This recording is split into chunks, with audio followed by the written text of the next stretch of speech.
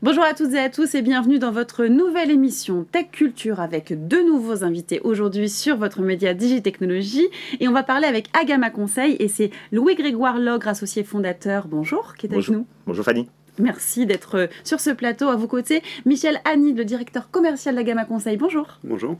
Alors, je vais vous présenter un petit peu tous les deux. Donc, Louis-Grégoire Logre, vous avez 30 ans d'expérience dans le domaine de la conformité. Vous êtes l'ancien directeur de la division des prestataires de services à l'AMF. Et Michel Hanni, 10 ans d'expérience dans le monde de l'asset management et vente de solutions digitales. Vous êtes un ancien, on connaît bien de chez Bloomberg. Et on va parler avec vous aujourd'hui d'évolutions réglementaires puisqu'elles sont assez fréquentes dans le secteur financier, d'où la nécessité de contrôle. C'est un travail plutôt complexe et c'est en ce sens, on le voit derrière vous, le logo, que vous avez lancé la solution BELT. Alors, qu'est-ce que permet de faire cet outil? Je vais vous laisser nous le présenter. Oui, tout d'abord, on a créé le groupe Agama il y a 10 ans. Oui. Et on est spécialisé dans la conformité réglementaire des acteurs de la finance, essentiellement des gestionnaires d'actifs, des prestataires de services d'investissement et des conseillers en gestion de patrimoine. Dans le cadre du développement de notre métier de consultant, on s'est rendu compte qu'il était nécessaire d'automatiser et d'homogénéiser le plus possible nos traitements, nos contrôles. Et donc, on a développé un outil. C'était d'abord un outil dédié à nos équipes, donc un outil des équipes de conformité de notre cabinet. Et 4-5 ans après, des clients nous ont demandé est-ce qu'on peut avoir cet outil, comment ça fonctionne, et on a eu des questionnements. Et donc, dans ce cadre-là, on a développé, dans un monde sécurisé, technologie moderne, on a développé l'outil BELT Solutions, qui est notre outil phare aujourd'hui, qui est utilisé par nos équipes, mais en mode SaaS et de manière sécurisée, par des clients qui ont une taille critique et qui ont internalisé des fonctions de conformité contrôle interne. Et en quoi est-il innovant cet outil ? Donc aujourd'hui, nous accompagnons plus de 50 sociétés de gestion en France, bientôt à Luxembourg.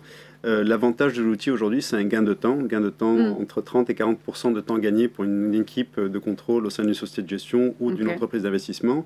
Gain de temps grâce à la veille réglementaire, donc la digitalisation de toutes ces fiches de contrôle et tout le process réglementaire. Grâce à la génération de reporting automatiquement en français et en anglais en quelques secondes. La piste d'audit qui est sauvegardée et enregistrée dans l'outil sur le long terme. Et tout le workflow, la collaboration qu'on peut avoir entre différents collaborateurs d'une société de gestion. D'accord. Et si on reste dans l'innovation aujourd'hui, vous lancez une nouvelle version de l'outil BELT. Qu'est-ce qu'elle aura de plus? Qu'est-ce qu'on va retrouver de différent?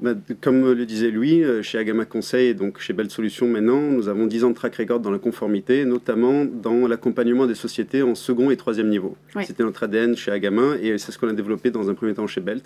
Et à partir de janvier 2024, nous lançons une batterie de contrôle de premier niveau. Donc tout un pack en plus qui va permettre aux sociétés de gestion de faire du contrôle sur la déclaration de transactions, déclaration de cadeaux, déclaration de base d'incidents, conflits clients, tout un workflow de validation de documentation commerciale qui est très chronophage aujourd'hui au sein des sociétés de gestion. Et en plus de ça, tout ce qui est déontologique, formation et de quiz sur le long terme. Il y a une grosse attente de la part de vos clients sur ces contrôles de premier niveau? Exactement. Donc en échangeant avec les sociétés de gestion, souvent les sociétés entrepreneuriales qui vont onboarder un nouvel outil dans la conformité, c'est pas tous les jours qu'on a un outil en conformité qui se déploie sur la place française.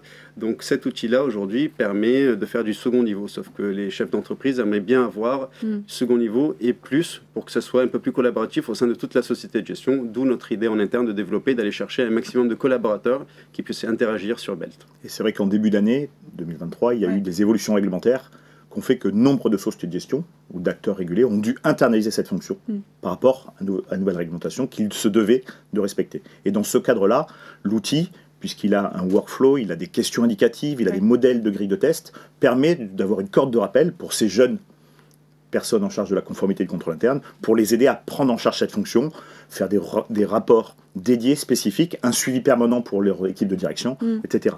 Vous parliez d'innovation, on a eu la chance et le privilège d'être labellisé par le Pôle mondial de France Innovation l'an dernier, et donc c'est vrai qu'on est très fiers de cet outil et de tous les développements qu'on a, et on a encore plein d'idées pour développer l'outil et puis aller chercher, notamment le Luxembourg est un axe majeur dans les marchés, puisqu'on a un cabinet de consulting là-bas aussi avec une équipe dédiée qui travaille sur ces sujets-là, donc on va effectivement déployer de nouvelles versions pour des nouveaux pays, puisque la réglementation est souvent la même, mais parfois l'interprétation est un peu différente d'un pays à l'autre. Et donc c'est important d'avoir des spécialistes marché par marché. Plutôt rester en Europe? plutôt en Europe dans un premier temps, mais on a des clients qui ont des équipes en Asie, par exemple, ou aux États-Unis, qui nous disent j'aimerais avoir au moins le workflow. Et après, l'idée, c'est de monter en compétence avec des spécialistes locaux, peut-être des anciens du régulateur, ça marche plutôt bien. L'avantage de l'outil aujourd'hui, c'est que nous sommes capables d'accompagner des sociétés donc entrepreneuriales avec 2-3 personnes en conformité ou des groupes Tier 1 en private equity et gestion internationale qui vont avoir une dizaine de personnes dans l'équipe de conformité. Donc l'outil vraiment s'adapte en fonction du nombre de personnes, de collaborateurs au sein de la société de gestion. Et évidemment, nous sommes capables aujourd'hui d'accompagner par exemple une société en France avec la réglementation française, ensuite passer ensemble à Luxembourg avec la réglementation luxembourgeoise, et puis il y a plusieurs sociétés de gestion qui s'implantent en Asie, aux États-Unis, au UK, et donc on est capable également d'accompagner avec du workflow, donc une vue générale des travaux pour l'équipe qui pilote tout ça depuis la France, et ensuite chaque réglementation, chaque collaborateur local pourra intégrer ses propres fiches de contrôle. Parfait. Et une de nos fiertés aussi, c'est la création d'emplois. Depuis la création du groupe Agama, on est plus de 50, répartis entre Paris, Lyon, Luxembourg. Et c'est vrai que là, sur l'outil Belt, là, sur cette année 2023, on est déjà à 2 recrutements complémentaires. Donc ça fait que l'équipe est passée à 4-5 et on va continuer à faire grossir l'équipe. Et donc on est assez heureux en tout cas de la démarche et de la tendance. C'est bien de faire passer le message. Si vous voulez travailler chez Belt, vous pouvez toujours donner votre candidature en tout cas. Évidemment. Merci beaucoup messieurs pour toutes ces précisions. On va passer maintenant à notre dernière question. C'est la question sans filtre. On en a un petit peu parlé, on parlait de l'adaptabilité à tout type de société ou à tout type de marché. Est-ce que cet outil Belt, il est vraiment adaptable à tout type de société de gestion, y compris des grands groupes qui, sur certaines thématiques, auront une approche différente de celle d'Agama Conseil?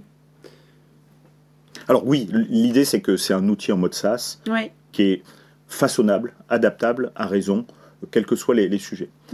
L'outil propose une batterie de bibliothèques, d'exemples de fiches de contrôle, de grilles de test. Mais évidemment, si un client, un acteur, un groupe a des pratiques différentes, il peut télécharger très rapidement et très facilement ses propres modèles de documents. Il le fait sur son univers, sur son environnement qui lui est dédié, qui lui est sécurisé.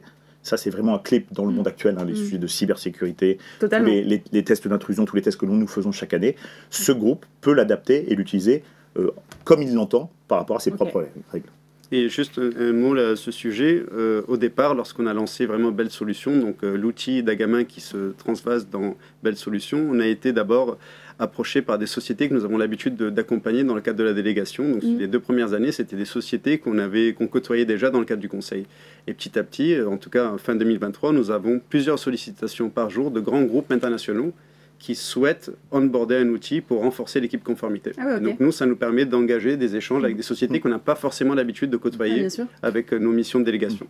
Très bien. Un quart de nos clients qui ont pris la licence Belt sont des clients hors clients Agama traditionnels en accompagnement sur la conformité et le contrôle interne. Très intéressant. Il y a beaucoup de déploiements, en tout cas, et une belle perspective d'avenir, je pense, pour cet outil, du coup. Mais exactement, on a déjà relevé donc ça se passe très très bien, en tout cas pour 2023, et on sait que normalement, en 2024, on doit aller chercher une 60aine de sociétés de gestion en France, et un objectif de monter à 100 sociétés de gestion au courant 2025. Merci beaucoup, messieurs, pour toutes ces précisions et pour être venus sur notre plateau. Merci Fanny. Et merci à vous de nous avoir suivis. On vous donne rendez-vous très vite pour une nouvelle émission, toujours sur Tech Culture, connectée à Digitechnologie. Merci.